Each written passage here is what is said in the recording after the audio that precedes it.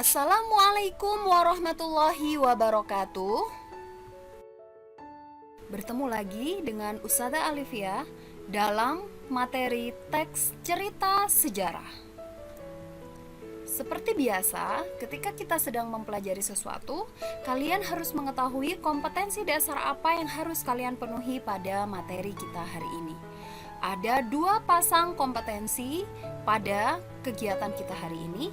Yang pertama, mengidentifikasi informasi yang mencakup orientasi, rangkaian kejadian yang saling berkaitan, komplikasi dan resolusi dalam cerita sejarah lisan atau tulis. Kemudian prakteknya, mengonstruksi nilai-nilai dari informasi cerita sejarah dalam sebuah teks eksplanat. Untuk kompetensi pengetahuan yang kedua, menganalisis kebahasaan cerita atau novel sejarah yang diakhiri dengan praktek menulis cerita sejarah pribadi dengan memperhatikan kebahasaan. Jenderal Sudirman. Jenderal Besar Raden Sudirman adalah seorang perwira tinggi Indonesia pada masa Revolusi Nasional Indonesia. Sebagai Panglima Besar Tentara Nasional Indonesia pertama, ia adalah sosok yang dihormati di Indonesia. Saat di sekolah menengah, Sudirman mulai menunjukkan kemampuannya dalam memimpin dan berorganisasi, dan dihormati oleh masyarakat karena ketaatannya pada Islam. Setelah berhenti kuliah keguruan, pada 1936 ia mulai bekerja sebagai seorang guru dan kemudian menjadi kepala sekolah di Sekolah Dasar Muhammadiyah.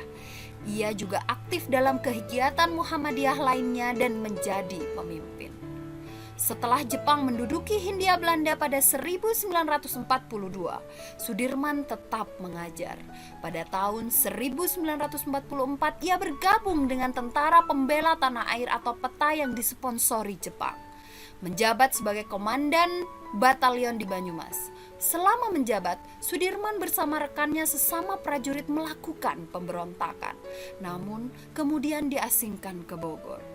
Setelah Indonesia memproklamirkan kemerdekaannya pada tanggal 17 Agustus 1945, Sudirman melarikan diri dari pusat penahanan, kemudian pergi ke Jakarta untuk bertemu dengan Presiden Soekarno. Ia ditugaskan untuk mengawasi proses penyerahan diri tentara Jepang di Banyumas yang dilakukannya setelah mendirikan Divisi Lokal Badan Keamanan Rakyat.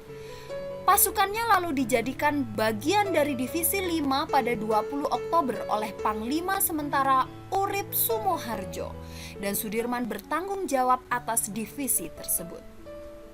Pada tanggal 12 November 1945, dalam sebuah pemilihan untuk menentukan Panglima Besar TKR di Yogyakarta, Sudirman terpilih menjadi Panglima Besar.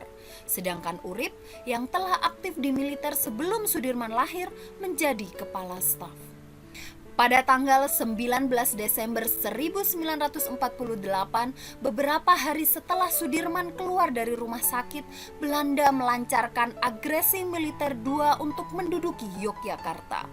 Ketika Belanda mulai menarik diri, Sudirman dipanggil kembali ke Yogyakarta pada bulan Juli 1949. Meskipun ingin terus melanjutkan perlawanan terhadap pasukan Belanda, ia dilarang oleh Presiden Soekarno. Penyakit TBC yang diidapnya kambuh. Ia pensiun dan pindah ke Magelang. Sudirman wafat kurang lebih 1 bulan setelah Belanda mengakui kemerdekaan Indonesia. Ia dimakamkan di Taman Makam Pahlawan Semaki, Yogyakarta. Kematian Sudirman menjadi duka bagi seluruh rakyat Indonesia. Bendera setengah tiang dikibarkan dalam ribuan orang berkumpul untuk menyaksikan prosesi upacara pemakaman. Sudirman terus dihormati oleh rakyat Indonesia.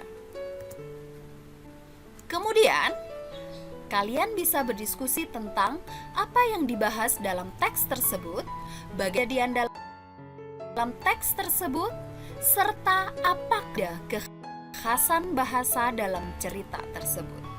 Baik, mari berdiskusi. Wassalamualaikum warahmatullahi wabarakatuh.